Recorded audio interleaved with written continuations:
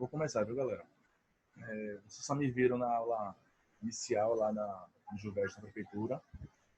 Então, vou me apresentar novamente. Meu nome é Ailton. Eu vou estar acompanhando vocês de História Geral. Mesmo eu já tendo passando algumas apostilas, já algumas fichas, essa é a primeira aula da gente, né? Então, vamos lá. Eu preparei tudo mais.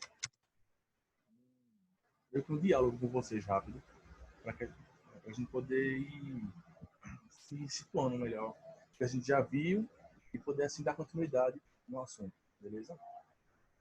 Essa imagem é a linha do tempo. Eu creio que vocês já viram várias vezes, já mandei uma apostila, já mandei em vídeo, já mandei imagem. E eu queria frisar nessa imagem, nessa questão, a questão da periodicidade do tempo, da história. Como a história era dividida, como ela é estudada em todo o seu, em toda a sua, em geral, no caso, como a história ela é dividida pelos pesquisadores, pelos historiadores, e ela se encontra na seguinte classificação: pré-história, idade antiga, idade média, idade moderna e contemporânea. Além disso, tem a questão dos marcos. Os historiadores determinaram algumas ações, algumas situações que levaram ao surgimento e ao término desses períodos, no caso. E hoje eu queria trabalhar com vocês a questão da pré-história e da idade antiga. Certo? Então,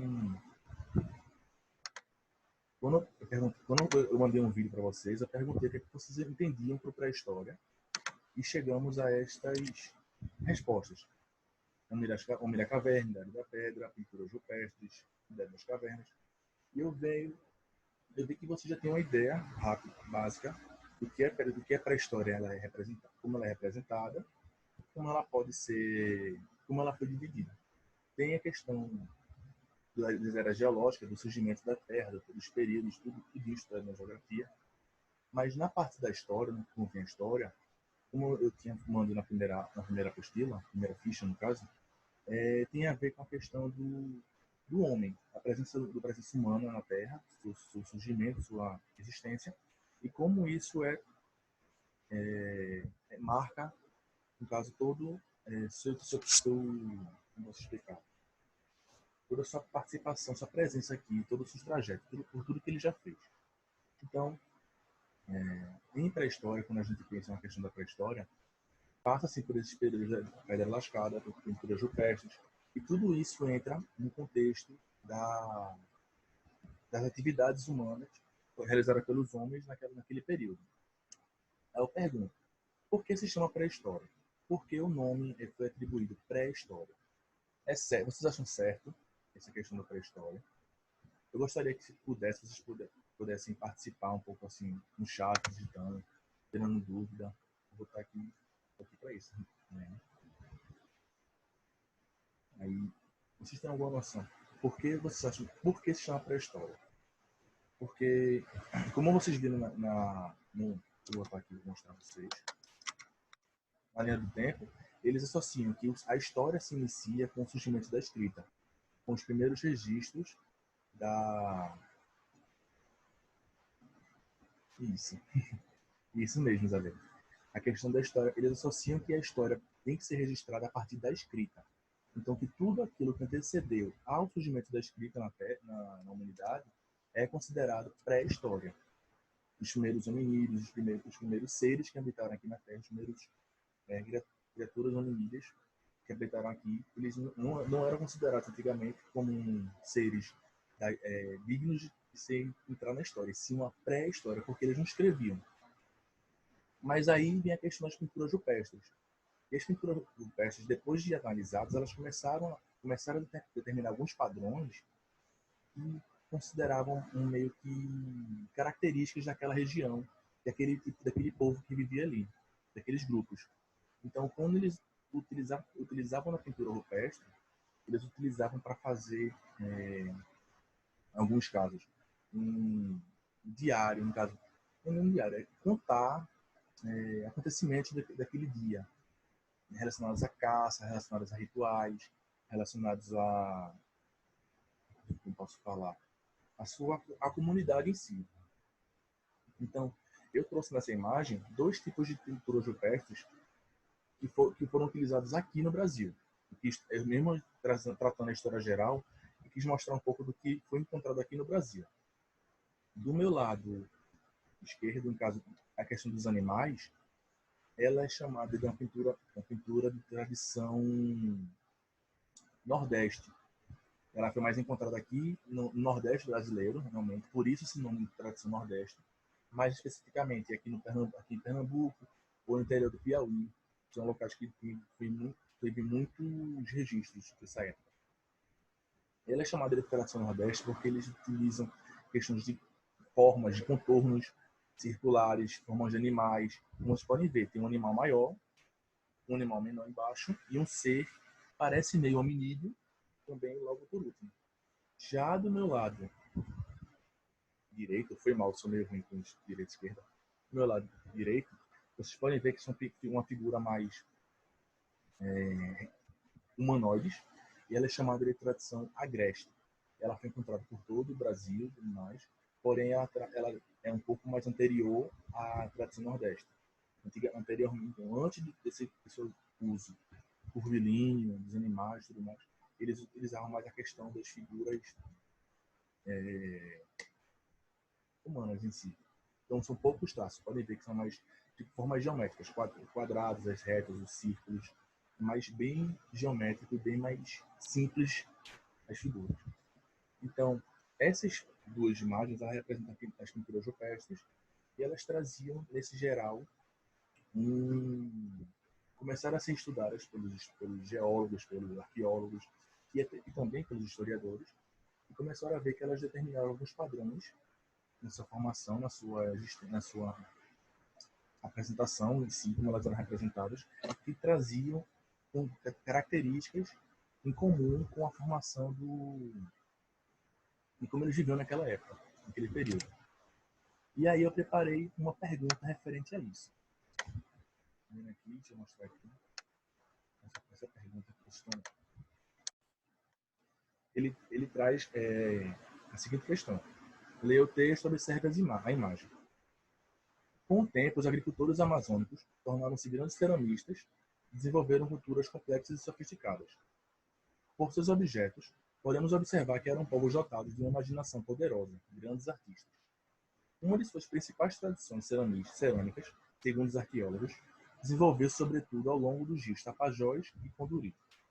Seu centro parece ter se localizado onde está hoje a cidade de Santarém. Quase nada sabemos sobre o povo de Santarém. Talvez tenham vivido há uns 2000 anos. Talvez pertençam à época mais recente e sejam antepassados dos índios Tapajós. E aí uma imagem de Norberto Luiz Guarinello, que representa esse livro aqui, Os Primeiros Habitantes do Brasil, onde ele traz um apanhado bem rápido, bem simples, sobre a questão dos primeiros trabalhos arqueólogos aqui no Brasil e sobre essa formação pré-histórica, ceramista, até os atuais até os habitantes antes dos portugueses, no caso, até os indígenas. Então, analisando esse texto, analisando essa imagem, esses detalhes que vocês podem ver nessa jarra, parece mais uma garrafa, uma chaleirazinha. Aí eu tenho a seguinte pergunta para vocês. O texto demonstra que o trabalho da arqueologia, aí vem 5 opções, eu queria que vocês dessem uma lida nas alternativas e me respondessem qual vocês acham que seja que já chega e responde a pergunta, no caso. Né? Qual vocês acham que seja a resposta correta? Que trabalha sobre essa questão do trabalho do arqueólogo, em relação ao que a gente leu e a imagem. Não tem tempo para vocês.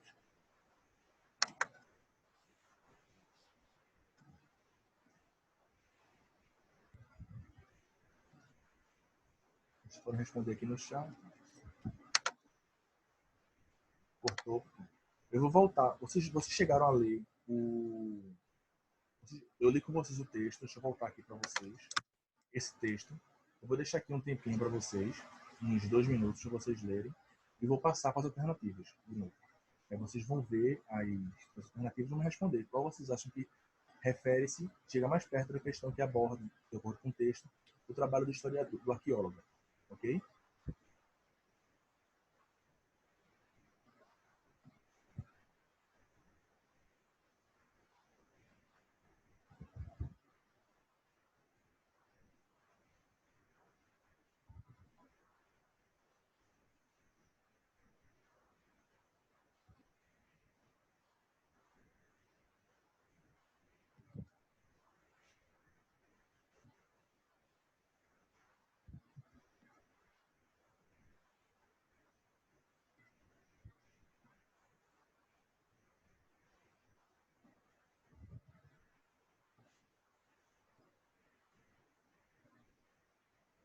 Ou então, o achado dele foi encontrado sim por eles, os arqueólogos daquela época, e eles eram bem criativos no caso, né? E aí vai as alternativas. Vocês respondem, vocês mandem para mim quais sejam corretas, e a gente vai conversando a respeito.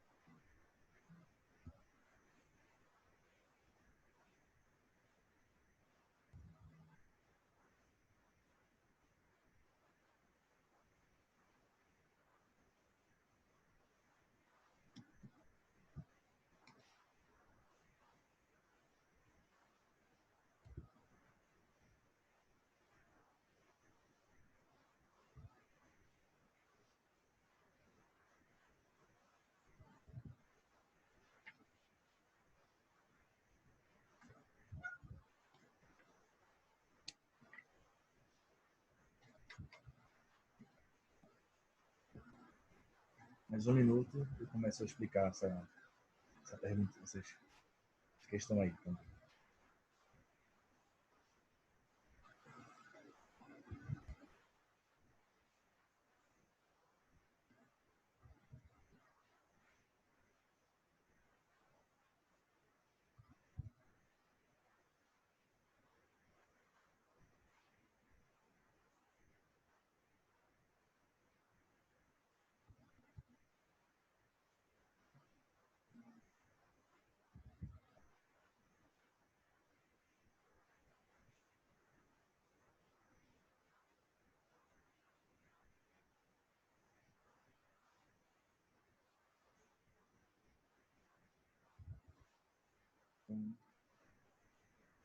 Vamos lá. Vou explicar a alternativa por alternativa, dizer qual é os erros delas e o fim. Vamos lá. Essa é a primeira alternativa A. Valoriza a escrita dos povos pré-históricos e descarta outros vestígios materiais para compreender as relações políticas e sociais. A gente trabalha, como eu estava falando, a questão da consideração da escrita não foi inventada pelos sumérios e anteriormente a isso os únicos registros que tinham dos arqueólogos dos povos antigos é referente aos trabalhos rupestres e trabalhos de artes, trabalhos ceramistas, trabalhos de escultura que eles faziam do gesso, no caso do barro, essas coisas. Então não tinha uma cultura escrita. E essa questão de descartar outros vestígios materiais para compreender essas relações já mostra o erro, porque para poder entender como não havia um registro escrito, eles tinham que usar de tudo que pudesse encontrar para realmente construir uma noção do que se havia naquela região, naquele povo. Letra B. Formula hipóteses e apoia-se com indícios materiais, embora alcance somente conhecimentos incompletos sobre o passado dos povos sem escrita. Beleza. O próprio texto já fala que eles não têm uma noção sobre o povo de Santarém, que pode ter surgido há 2000 anos ou não. Já foi criada uma hipótese, uma especulação a respeito desse povo, mesmo com o achado daquela obra cerâmica que eu mostrei para vocês. Então já condiz com o texto. Essa questão dos povos, do passado dos povos sem escrita, condiz com o que eu falei anteriormente, E os povos não tinham uma escrita determinada, então eles trabalhavam através de trabalhos manuais, e desses trabalhos manuais eles tinham a noção de como esses itens eram utilizados. Por exemplo, se eles eram um povo que usava, versados na questão da agricultura, então eles iam ver que havia uma grande quantidade de materiais que fornecessem, que auxiliassem no trabalho da agricultura. Letra C. Consegue determinar, com certeza e precisão, os hábitos e costumes dos povos que deixaram apenas vestígios materiais. A gente já sabe que está errado essa questão, porque não tem como a gente determinar com certeza e precisão algo que a gente só pode ver através de itens que foram encontrados posteriormente, no caso, tantos anos depois, milhares de anos depois. Deixa eu ver aqui, falar. Prioriza as informações sobre as crenças religiosas e os valores morais para compreender os elos entre as famílias pré-históricas. Há sim essa questão das crenças religiosas, que é estudada por alguns historiadores, em relação a que o homem pré-histórico valorizava muito a questão da figura, como ele não tinha esse conhecimento, valorizava muito a questão da mulher, a questão da terra. Eles viam que a terra fornecia alimentos, não tinha essa questão de divindade, de cultuar, de oferecer, dizer que a terra provinha a vida. Então, tinha toda essa questão religiosa, toda essa questão mística acerca desse entendimento. Mas isso também não é exclusivo daqueles povos, isso também foi visto em várias outras sociedades, questão de associar a terra. E não tem como compreender de verdade os elos das famílias pré-históricas apenas a partir dessas crenças religiosas. Tem todo um contexto, todo um conjunto de informações que a gente possa inferir, possa se perguntar, e a partir dessas perguntas a gente encontrar um meio de responder essas dúvidas. E a letra E depende principalmente de registros pictográficos para caracterizar o cotidiano das famílias que viveram na pré-história. Não depende principalmente desses registros pictográficos, dessas imagens, porque, como eu falei, tem todo um conjunto da obra, todo um conjunto de informações e também diz respeito aos objetos encontrados. Logo, como todos vocês responderam certo, a resposta é sim, a letra B. O texto já deixa isso bem claro e a pergunta, no caso, entra nessa questão, beleza? Ô, João, essa questão de... Você falou mais cedo, eu respondi, mas vou voltar no texto. Sobre essa questão de que eles eram bem inteligentes, realmente, tem um livro de um jornalista, que ele reuniu algumas informações de alguns artigos, e foi encontrado analisando os povos que viviam na Amazônia, pelo menos 8 mil anos atrás, ou menos que isso, entre 8 mil anos atrás a 6 mil anos atrás, e há registro de que a própria floresta amazônica ela não era daquela maneira, ela foi domesticada. Os moradores daquela época, eles viam que certas árvores davam alguns frutos que agradavam a eles pegavam esses frutos, começavam a plantar próximos uns dos outros, para poder deixar mais fácil o plantio, para um melhor acesso. Então a floresta acaba passando por esse por esse processo de domesticação. Ela foi se atualizando, ela foi mudando à medida que os moradores daquela época começaram a plantar as árvores à medida de acordo com como eles escolheram, determinavam. Então, se aquele tipo de alimento era bom para eles, eles plantavam vários deles numa região só. Então, por isso, ela tinha uma grande demanda, no caso, uma excelência nessa região. Então, a floresta amazônica acabou por ser domesticada. Então, é a informação que eu posso até ajudar.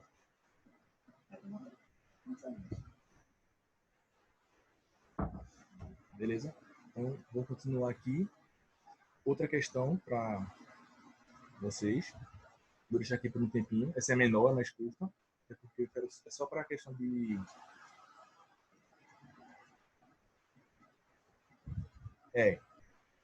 É muita informação que a gente tem baseada no que eles faziam. E, ao mesmo tempo, esses poucos vestígios não fazem com que a gente fique na dúvida se realmente eles fizeram isso ou não. Mas como muita gente descobre a mesma coisa, ou algo semelhante, sempre montando o mesmo ponto, todo mundo pensa, não. Ninguém tá doido de achar, todo mundo pensar a mesma coisa. E acaba por surgir essas informações novas que a gente tem. Então, outra questão para vocês, mais um tempinho para vocês poderem ler. Depois eu passo para alternativas.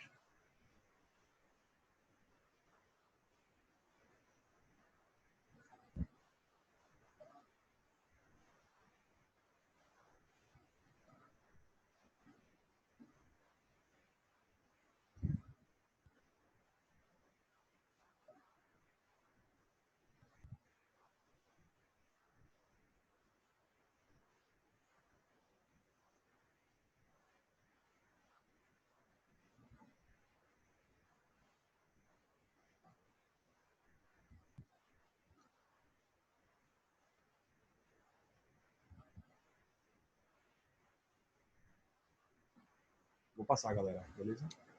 Isso aqui para alternativas.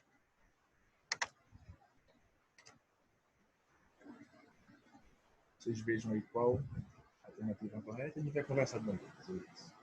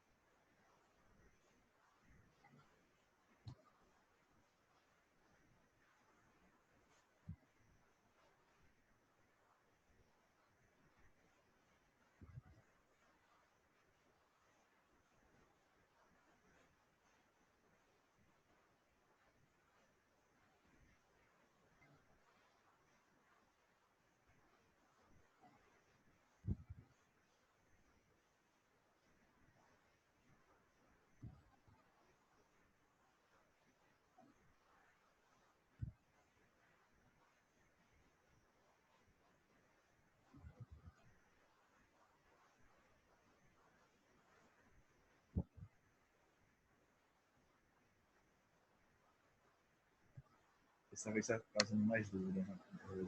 C, D, A, B, A, dúvida. Vou começar a explicar aqui e a gente vai tirando essas dúvidas com o tempo. Então, expressa letra A. Expressa uma concepção de tempo marcada pela cronologia. Beleza. Em relação às pinturas rupestres e o trabalho da arqueologia, deixa eu voltar aqui na pergunta. São evidências materiais, beleza. Em relação a essa concepção de tempo, ela fica um pouco confusa, como eu falei, pela cronologia, porque, como tinha na outra questão, eles especulam, os historiadores especulam, há quanto tempo, mais ou menos, aquilo ali, aquela pintura existe, ela foi feita, mas eles não têm como determinar exatamente o período certo. Ele tem uma cronologia, mas ela não é concreta. Eles especulam que foi há mais ou menos 5.000 anos antes de Cristo, há 8.000 anos antes de Cristo. Então, eles não têm como expressar essa concepção. Até porque, por exemplo, como eu mostrei aquelas duas figuras, a Nordeste e a Agreste, elas existiram, mesmo a Agreste sendo anterior ao Nordeste, elas foram datadas, algumas pinturas foram encontradas no mesmo período. Então, ao mesmo tempo que a pintura agreste ela era usada, a Nordeste estava se descobrindo, mas não deixaram de usar a pintura agreste, a tradição agreste. Então, por isso que ela não tem como determinar essa técnica, no caso, essa cronologia exata, primal. Letra B. Indicam um predomínio da técnica sobre as forças da natureza. Não. Essa aqui ela não indica porque as forças da natureza não tem como o ser humano controlar. Então, há muitas pinturas que foram perdidas com o tempo, com desgastes, com erosão, com tempestade. Tem pinturas que estão submersas. Por exemplo, na Paraíba existe um lugar chamado Pedra do Ingá, onde há uma pintura que ela só veio de ser descoberta há poucas décadas atrás. porque o rio cobria. Era uma enorme rocha que o rio cobria. Quando o rio baixou, fizeram uma represa, se não me falha a memória, o rio baixou, foi quando eles descobriram ali várias pinturas. Várias marcações na pedra que remetiam a uma tradição nem nordeste nem agreste, nem declaradamente a pintura. Eles marcavam, eles riscavam a pedra de uma maneira e iam marcando, fazendo um contorno na pedra. Então só foi descoberto isso depois que o ser humano se interferiu e o rio baixou. E até antes não, não era visto, não sabiam. Então essa letra B está errada. Letra C. Atesta as relações entre registros gráficos e mitos de ordem. Essa é a questão da relação entre registro gráfico e mitos de ordem. Não tem como atestar, não tem como saber, porque eles desenhavam, por exemplo, animais maiores do que eles, mas podiam ser que eles estavam apenas especulando que o animal era grande. Não tem essa questão dos mitos. Eles, não era assim, como eu falei, sempre essa questão de especulação.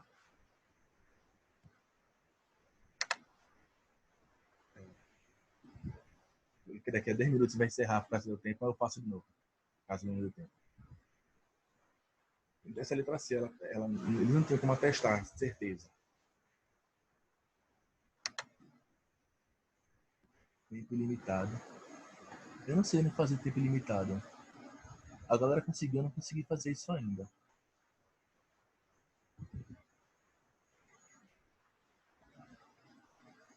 Vamos lá. A letra D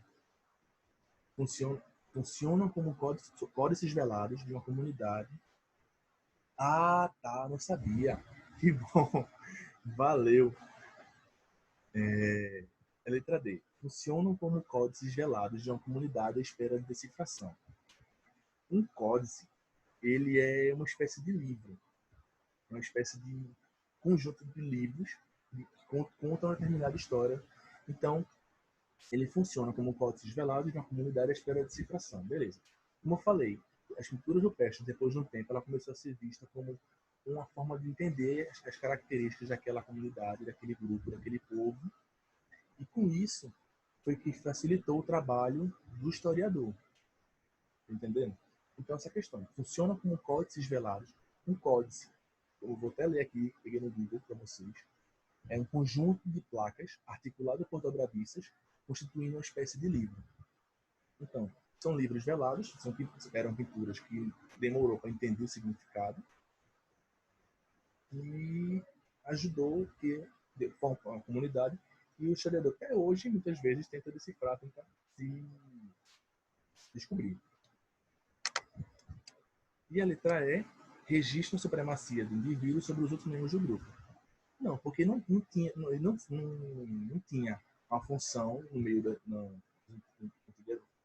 antigamente que informava que apenas um membro do grupo ia lá fazer a pintura. Não, a gente não tem como especular isso. É certo que haviam as pinturas, mas ninguém pode testar que determinada pintura foi feita por um homem, ou por uma mulher, ou por uma criança, ou por um velho, independente do gênero. Entendeu? Então essa letra E também era descartada. E você fica no link a letra A, a letra D, a maioria. Como é a resposta certa é a letra D. Como estava dizendo, essa questão do códice velado é meio que a chave. Ele é um livro secreto, com segredos, criptografado, de uma comunidade esperando decifração. Então, demorou um pouco de tempo para os arqueólogos, junto com outros especialistas, começassem a entender, a decifrar melhor o que estava acontecendo. Certo? E aí, saindo da pré-história, entrando na Idade Antiga, na História Antiga. Vou dar um salto aqui, não muito longo no tempo. Por quê? Não sei se vocês viram na pista das que eu mandei, a questão da Idade Antiga começou a surgir a partir das revoluções que surgiram nas comunidades. Eles eram caçadores-coletores, eles partiam em busca da caça e por isso eles acabavam sendo nômades. Nunca paravam em um lugar só, eles migravam de acordo com a caça. Se a caça deles fosse, eles iam atrás e levavam todo o bando junto com eles. A partir do momento que eles começam a entender que quando eles plantavam, eles tinham resultado também, tinham frutos, tinham alimentos, eles começaram a se tornar povos sedentários, mas não sedentários como a gente entende hoje, que não pratica nenhuma atividade. Sedentários, entendo que eles começaram a se fixar nos locais e a partir dali construir suas comunidades. E aí eu pego, por que estudo a Idade Antiga? Porque nessa questão da transição do caçador-coletor para o povo sendo sedentário, chamada Revolução Agrícola, onde eles começam a entender a questão da agricultura, eles começam eles são, no começo, nômades procurando locais onde eles possam ser agricultores. Então, essa questão da busca por um espaço, busca por locais e, como posso dizer, facilitou que eles pudessem ter comida à vontade. E aí vem essa questão da importância na construção das civilizações. Quando se estuda a Idade Antiga, a gente vê muitos traços que foram perpetuados, muitas civilizações que construíram coisas naquela época, com o tempo acabou sendo utilizado, sendo amadurecido, aperfeiçoado, e se você parar para prestar atenção, é usado até hoje, como, por exemplo, a escrita. Eu acho que o exemplo mais claro que eu posso dar é esse, que é a escrita. Começou lá na antiguidade, antigamente, e até hoje a gente depende dela para muita coisa. Assim como pode-se dizer que daqui a alguns séculos vai marcar o uso da internet. A internet surgiu e é um marco, porque hoje todo mundo depende da internet para tudo, praticamente. Então, como montei aqui embaixo, a escrita e, enfim, a nova história. Essa questão da nova história, como eu estou falando, é quando surge a escrita, começa a surgir os registros daquele povo através da escrita. Através não desprezando os artefatos, não desprezando mapas, não desprezando pinturas, nada. Apenas tem um agravante e surge, então, a escrita para contribuir e facilitar. Mas tem um pequeno detalhe, né? O idioma. Naquela época existiam vários povos, surgindo povos que falavam línguas parecidas, porém cada civilização começou a aperfeiçoar o seu idioma, modificando. Então eu coloquei aqui, vocês podem ver, 2 pontos: o início e o fim da Idade Antiga. O início é considerado a Antiguidade Oriental e o fim é considerado a Antiguidade Clássica, que aí a gente já vê a questão dos gregos e dos romanos. Isso vai ver extremamente. Nossa. O início. Quem viu a ficha 2, eu mandei, eu trabalho muito essa questão do crescente fértil, da questão da Antiguidade Oriental. Como os povos precisavam de um espaço para conseguir produzir, para poder fazer agricultura, eles tinham de migrar, eles tinham de buscar um lugar fértil onde eles pudessem plantar. E o crescente fértil, como vocês podem ver aqui nesse mapa, ele foi bem visto porque é um espaço cercado por 2 rios, um mar e vários rios, 3 rios, 2 mares, fora o Golfo Pérsico no final. Então esses rios favoreciam, como eles eram bem extensos, cobriam praticamente toda a região, favoreciam que eles fossem a terra fosse fértil e facilitasse o plantio. E aí, com os povos migrando, subindo, migrando em busca dos rios, acabou por se fixarem nessa região do crescente fértil e daí surgiram a Mesopotâmia e o Egito. A gente trabalha separadamente a Mesopotâmia e o Egito, porém o desenvolvimento deles foi praticamente ao mesmo tempo. Ao mesmo tempo que estavam se formando os sumérios, os babilônicos lá na Mesopotâmia, os egípcios estavam se unindo e começaram a surgir todo aquele esquema do faraó e tudo mais. Nós vamos Mesopotâmia. A Mesopotâmia, ela não foi lar de um povo só. Existiram vários povos, como vai citar aqui do lado, os sumérios, os fenícios, os hebreus, os acadianos, babilônicos, teve o povo de Ur, teve tantos povos que muitos se perderam, se esqueceram. Por quê? Infelizmente, na Mesopotâmia, era uma terra desolada, uma terra longa. Em vez de eles se unirem, eles acabaram criando cada um seu povo e por isso eles viviam em guerra. Como os rios era a fertilidade, eles viviam próximos a rios, e quem fosse, tivesse melhor, como posso explicar, mais, fosse mais questão de, frutífero não, se expandisse melhor, se expandisse, fosse próspero, crescesse, e acabar engolindo os outros. Então, eles tinham essa questão de muita guerra. Muitos povos invadiam outros povos, e quando eles invadiam, eles. Isso você vai. Isso, todos os povos da Mesopotâmia, eu posso falar. Quando eles. Isso, guerra pelo território. Muito obrigado, já. A palavra sumiu da minha mente. Quando eles invadiam os outros povos, eles davam muitas vezes a seguinte opção.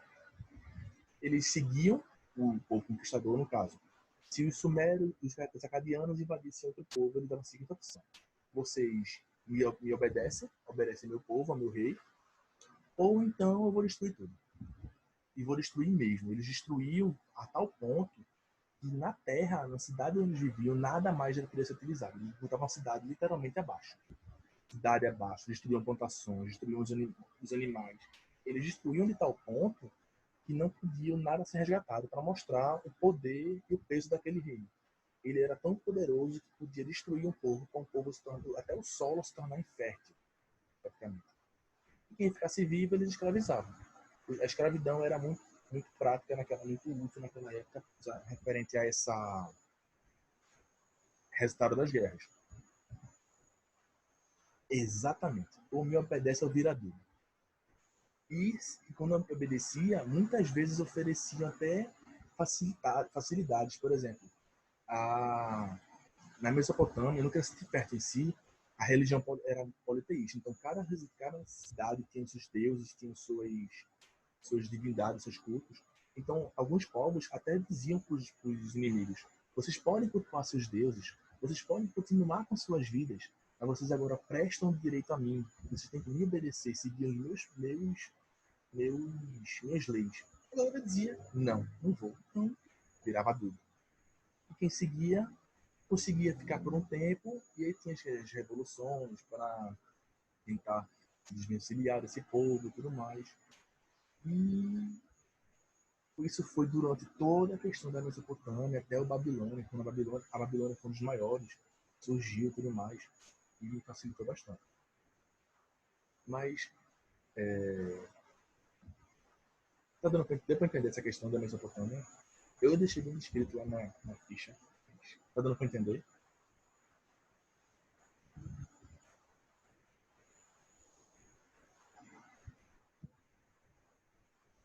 Então, show. Uma coisa que eu posso dizer. Vocês conhecem aquela expressão olho por olho, dente por dente?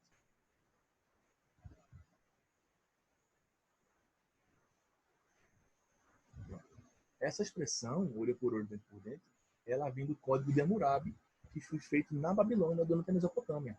Ele tinha essa lei, era uma lei branda, era uma lei firme que ele tinha, de que tudo era resolvido assim, olho por olho, dente por dente. E muitos povos que se sucederam após a queda da Babilônia, ela se baseou desse código, mudou uma coisinha ou outra, mas foi isso.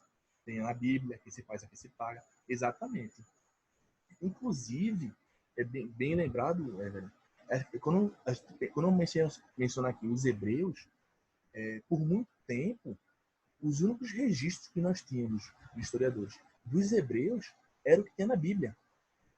A única fonte que a gente tinha de informações para estudar o povo hebreu era a Bíblia. E por muito tempo foi assim. Os arqueólogos começaram a ir nos lugares que a Bíblia citava, começaram a especular, fazer um mapeamento, e começaram a fazer achados arqueológicos a partir daí. Então, por muito tempo, a Bíblia, quem mapeou as pesquisas foi a Bíblia. Isso eu acho isso muito interessante, porque foi a partir daí, a partir da escrita da Bíblia, que teve a procura e a descoberta dos povos hebreus mesmo. Inclusive a formação da sociedade, tudo isso.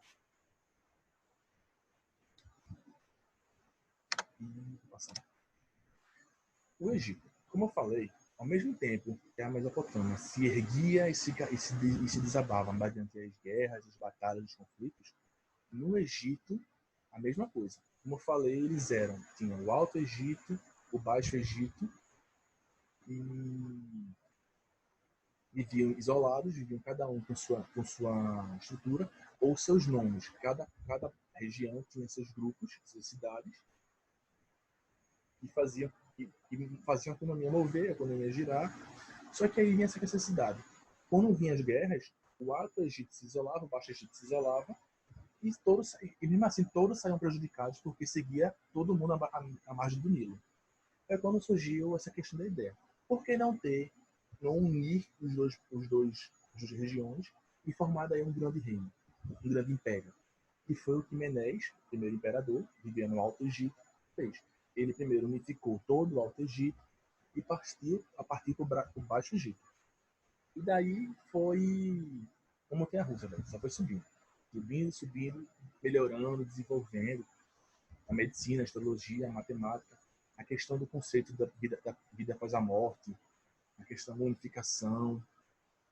E ao mesmo tempo que fazia isso, melhorando também as rotas comerciais. Eles também faziam um comércio com os povos da Mesopotâmia, tanto que tinha esse tráfico de escravos, principalmente essa questão, quando os hebreus foram para o Egito fugindo, também tudo isso.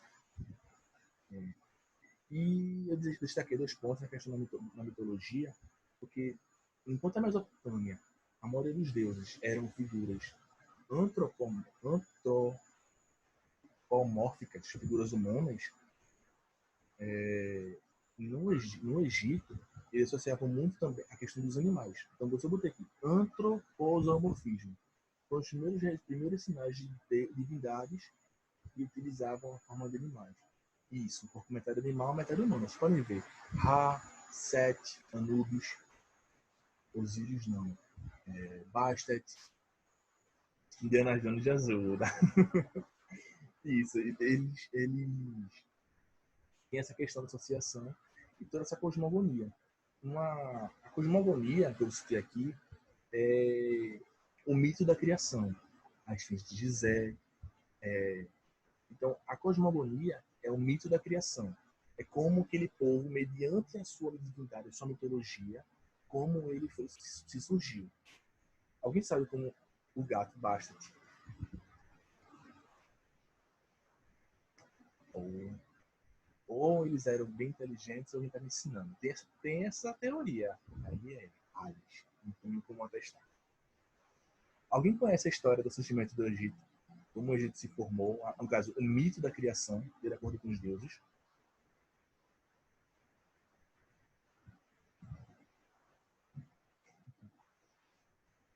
O Big Bang. Eu estou me referindo aos egípcios. A mitologia egípcia, os deuses egípcios, eles não estavam ali apenas por questão da crença deles. Como toda crença, eles também tinham uma teoria da formação e como eles se formaram, eles existiam. Bem rapidinho para vocês servir os dois gatos. Bem rapidinho para vocês entenderem. De acordo com a mitologia egípcia, tinha Ra, o deus Sol. Ele tinha um barco, que era o barco do Sol, e ele navegava pelo mar, que era a escuridão, lutando contra o caos. Enquanto Ra era a ordem, Apófis era a escuridão. Então, ao mesmo tempo que Ra estava no céu brilhando, quando o sol se punha, ele praticamente entrava no rio e começava a sua batalha contra os servos da escuridão, enquanto outros deuses mantinham a lua no céu, protegendo. Era feito uma troca. Quando o sol surgiu, os deuses iam quebrar essa troca. E dizem na mitologia que se mantém até hoje. Tanto que tem até alguns, Jordan, por exemplo, escreve até um livro sobre isso. Não conhecer aí, mas eu queria equiparar essa questão dos egípcios na tecnologia, a alta tecnologia que eles tinham. E quando eu digo tecnologia, me refiro àquela época mesmo. A tecnologia, no caso, as inovações, as descobertas que eles fizeram. Isso. Isso aí, Wagner, é a questão como eles se formaram de verdade. Eu estava contando um pouco da cosmogonia, como De acordo com a mitologia deles, o mundo deles se formou e eles se constituíram enquanto servos dos deuses, metade homem e metade animais. E essa questão da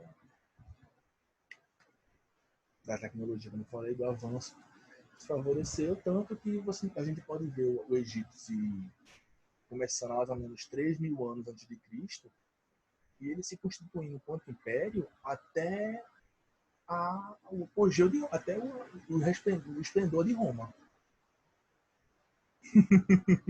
Bem, eles eram agricultores, então pode ser que eles tenham alguma plantação que a gente não conhece hoje.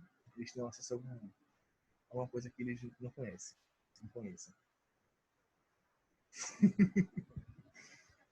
E o Império Egípcio se manteve e se constituiu tão bem feito, tão bem, que até o apogeu da civilização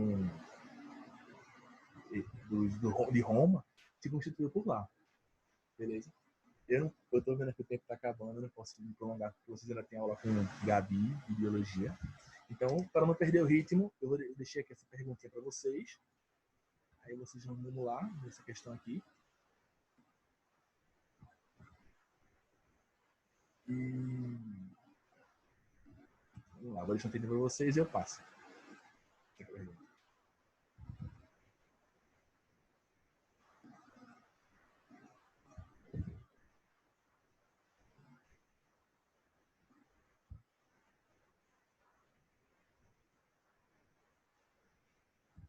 Vamos lá, para não perder o ritmo.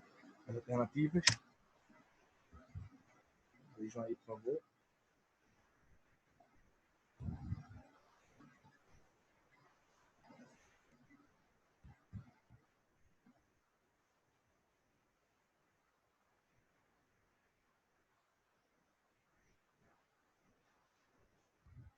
Quero ver o que vocês acham, qual é a resposta correta.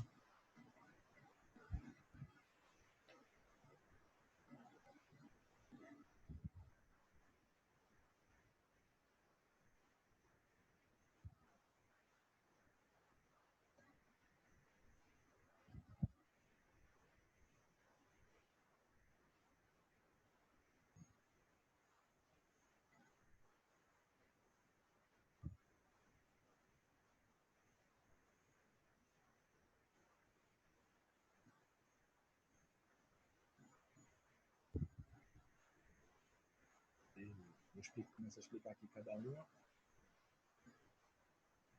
Letra A. Suas relações sociais eram baseadas no princípio da igualdade de todos os cidadãos perante os deuses. Não, né, galera? Como vocês estavam vendo, como eu estava explicando, eles, na Mesopotâmia, cada um tinha sua divindade, cada um cultuava seus deuses, cada cidade. E nos egípcios tinha o fato de que, só tirando o faraó, que era considerado Deus, todo mundo era abaixo dos deuses. Então, essa opção A está descartada. Letra B. Se desenvolveram na região do Crescente Fértil nas possibilidades de rios. Isso aí, como eu mostrei no mapa, eles, em busca de um espaço que pudesse construir agricultura, foram subindo e chegaram até os regiões do Crescente Fértil, e lá, pela fertilidade, mesmo com os altos e baixos dos rios, acabavam se adaptando àquela região e constituindo suas sociedades ali. Beleza. Letra C. Nelas existia uma teocracia absoluta baseada no comércio marítimo. Não. Se não me falha a memória, eles tinham comércio marítimo, porém os primeiros povos a se fechar na questão marítima foram os fenícios, e foram os primeiros piratas, praticamente. Eles eram os primeiros povos a ser considerados piratas e viviam sempre saqueando os outros barcos que passavam nessa região. Então, mesmo tendo a teocracia, tem também só a teocracia que tinha no Egito, praticamente. Letra D. Suas religiões privavam por uma vida após a morte, com castigos e recompensas eternas. Sim, vocês mesmos, alguns até falaram, foi o Egito que teve esse início de privar essa questão de vida após a morte, o castigo, a balança lá de Osíris, de coração mais leve que uma pena. Então, Daí vinha a questão do castigo e da recompensa. Não tinha essa informação referente às mitologias da Mesopotâmia, a religião de lá. Não tinha essa questão da crença da vida após a morte. E a letra E contavam com códigos de leis brandos e desprovidos de ética religiosa. Não. Eles eram povos muito religiosos. Eles tinham as divindades muito firmes na mente deles, porque se eles não podiam explicar aquilo ali, mas que tentassem, associavam ao auxílio de alguns deuses, auxílio de uma divindade. Então, mesmo os códigos de leis, mesmo o código de Hammurabi, por mais bruto que seja, que se faça que se paga, olho por olho, dentro por dentro, ainda assim tinha a questão da religião, tinha a questão da ética religiosa perante eles. Logo, a alternativa correta acabou sendo a letra B. Vai acertar.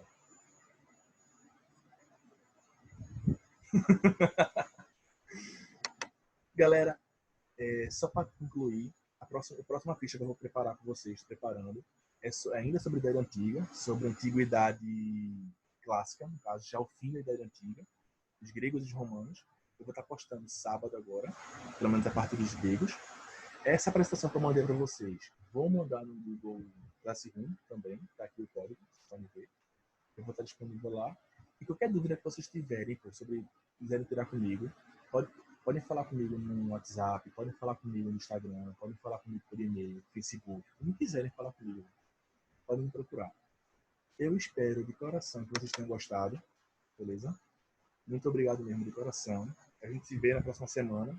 Creio que vai ser na sexta-feira dessa vez, beleza?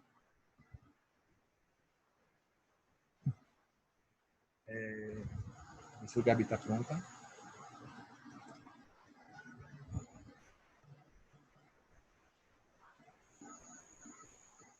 Tô chamando o Gabi para poder entrar. Ah, foi? Ótimo.